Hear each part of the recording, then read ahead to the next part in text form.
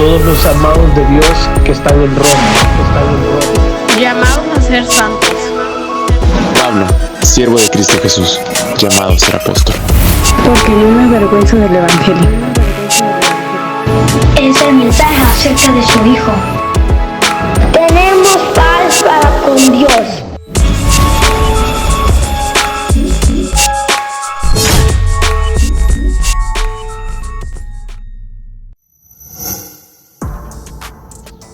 Viajemos un poco en el tiempo y dispensen si algunas imágenes tienen ciertos saltos. Dios usó el mouse de mi computadora para ayudarme a crecer en paciencia. Así que les pido que por favor la tengan también ustedes conmigo. Pero vayamos al principio de los 70s, una era caótica y agitada por las sustancias psicotrópicas, por el satanismo ya público, por conflictos raciales, por la guerra en Vietnam, por guerras en Egipto y países árabes contra Israel, música que alentaba la rebeldía, conmoción política en todo el mundo, guerrillas separatistas, golpes de estado, intervenciones militares, disturbios violentos, brutalidad policíaca y una iglesia que comenzaba a caminar hacia el humanismo, el sensacionalismo y el relativismo. Y en medio de todo eso, en un pueblito en Pensilvania, en 1971, nació un muy pequeño movimiento cristiano dirigido por un joven no conformista, R.C. Sproul. Un hombre que a lo largo de su vida se dedicó a proclamar la supremacía de la palabra, la santidad de Dios, la centralidad del evangelio puro, y lo hacía siempre comprometido con lo que la palabra enseña.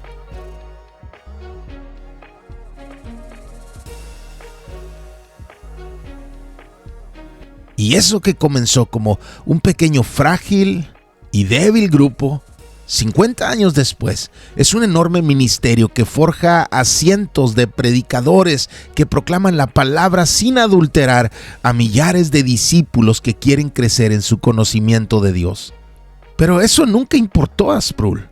Él vivió para una sola cosa: enseñar el pleno mensaje de la Biblia.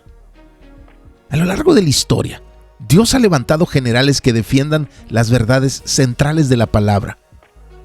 Después de los apóstoles vinieron Ireneo de León, Atanasio, Orígenes y Clemente de Alejandría, Clemente de Roma, Ignacio de Antioquía, Policarpo de Esmirna, Papías de Hierápolis, Agustín de Hipona, Tomás de Aquino y cientos de hombres y mujeres que han defendido la pureza del mensaje bíblico. A esta lista incluiría a Sproul, quien hasta el final de su vida aquí en la tierra mantuvo en alto el nombre del Señor y defendió la enseñanza bíblica en medio de épocas cada vez más agresivas contra el cristianismo. Pero hay una cita de Sproul que quiero recordarles. Él dijo: tan falaz como esa perspectiva es, refiriéndose a la justificación por obras, existe una perspectiva incluso más perniciosa en su sutileza y por ello más pervasiva. La perspectiva cultural de la justificación que es ampliamente sostenida en Occidente. Esa doctrina es la doctrina de justificación por muerte. Es un universalismo implícito que asume que todos van al cielo cuando él o ella muere. La doctrina de justificación por muerte es el segundo ataque poderoso a la enseñanza bíblica acerca de la justificación. Y la escuchamos proclamarse en cada funeral. No importa quién murió ni cómo murió, y lo más importante, no importa si esa persona vivió hasta el fin de su vida en rebeldía contra Dios. Cada funeral, cada eulogía, todos hablan de que esa persona ya está en, entre comillas, un mejor lugar, porque ya no importa la verdad tanto como la cortesía. Y aunque el que murió vaya a enfrentarse a ese de quien la palabra dice: horrenda cosa es caer en las manos del Dios vivo, decimos que ya está en un mejor lugar. Pero en esa carta que nos dice que horrenda cosa es caer en las manos del Dios vivo, en esa misma carta se nos enseña que está decretado que los hombres mueran una sola vez y después de esto, el juicio. Y debemos entender esto. La Biblia enseña que hubo un tiempo en que también nosotros, la iglesia de Cristo, estábamos alejados de Dios como el resto del mundo. Y lo escalofriante es que la Biblia enseña que éramos los enemigos de Dios. O sea, nos íbamos a parar delante del Dios vivo como sus enemigos y seríamos juzgados por toda nuestra maldad, por toda nuestra rebeldía, por toda nuestra desobediencia. Por eso, horrenda cosa es caer en las manos del Dios vivo. Y les repito esto, no fuimos salvos de nuestros pecados. No fuimos salvos de nuestro pasado. Esas son enseñanzas equivocadas que se han repetido en muchas voces a lo largo del planeta. La Biblia dice que fuimos salvos de la ira de Dios. Dios nos salvó de su ira. Por eso enseñamos que fuimos salvados de Dios, salvados por Dios y salvados para Dios. Pero éramos sus enemigos. Y en ese cajón de enemigos están también aquellos que creen que por sus buenas acciones se ganarán el cielo. Porque aunque ahora la justificación, según Sproul, se adquiere según muchos por la muerte, la primera ofensiva contra la enseñanza de la Biblia fue que la justificación se adquiere por nuestros méritos, que siendo entre comillas buenos o que haciendo entre comillas buenas cosas podemos ganarnos el cielo, cuando Romanos 3 enseña con toda claridad esto. Como está escrito, es decir, este es el mensaje en la palabra de Dios: no hay justo, ni aún uno. No hay quien entienda, no hay quien busque a Dios. Todos se han desviado, a una se hicieron inútiles. No hay quien haga lo bueno, no hay ni siquiera uno. Isaías lo dice así: todos nosotros somos como el inmundo, es decir, todos somos inmundos, y como trapo de inmundicia todas nuestras obras justas. Ese trapo con que se limpiaba el excremento y se usaba también como toalla femenina, esos son nuestras obras justas. Todos nos marchitamos como una hoja y nuestras iniquidades como el viento nos arrastran. No hay justo, ni siquiera uno.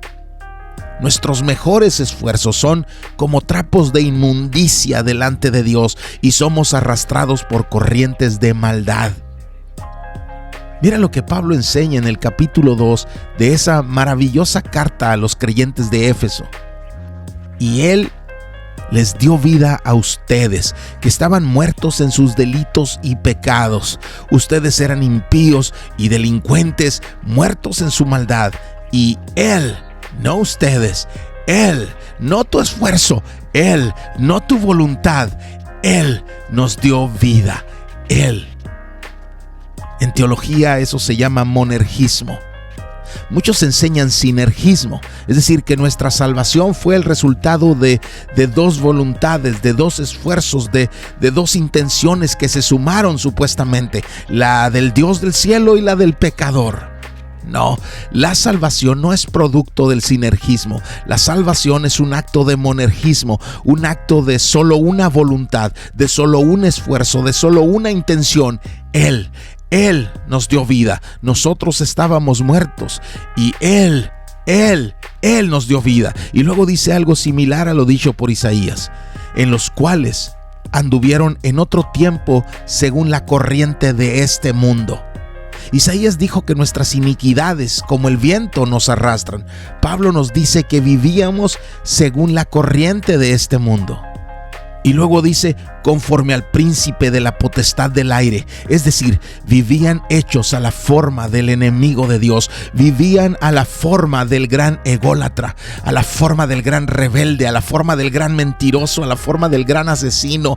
Su viento, su corriente, su aire, su aliento, su espíritu nos movía. Íbamos a la deriva de sus planes, íbamos arrastrados por su maldad. Éramos esclavos de ese espíritu que sigue operando en quienes aún viven en desobediencia a Dios. Pero no les miremos como inferiores, como poca cosa a nuestro lado, porque nosotros éramos uno más de ellos, viviendo en las pasiones de nuestra carne, satisfaciendo los deseos de la carne y de la mente, y éramos por naturaleza. Nuestra naturaleza era ser hijos de ira. Esa era nuestra naturaleza. era igual a la de ellos. ¿Qué nos hace diferentes? Nada que hayamos hecho, algo que solo Él hizo. Nos dio vida. Nosotros estábamos muertos en nuestros delitos y pecados y éramos enemigos de Dios. Pero Dios,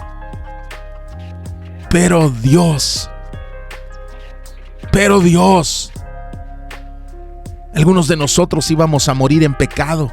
Algunos de nosotros debíamos haber ido a la cárcel. Algunos de nosotros debíamos cargar la culpa y la burla, la soledad y el fracaso. Algunos de nosotros debieron romperse en manos de quienes les quisieron destruir. Pero Dios, que es rico en misericordia, y Dios, por causa del gran amor con que nos amó, es decir, no hicimos nada. No hay sinergismo, no hay cooperación, no hay esfuerzo compartido. Fue Dios en su amor y en su misericordia. Nosotros, aun cuando estábamos muertos en nuestros delitos, pero Dios nos dio vida juntamente con Cristo. Es decir, cuando Cristo se levantó de los muertos, nos levantó de los muertos. En su resurrección resucitamos. Y nos dice luego algo que debe resonar siempre que hablamos de este tema.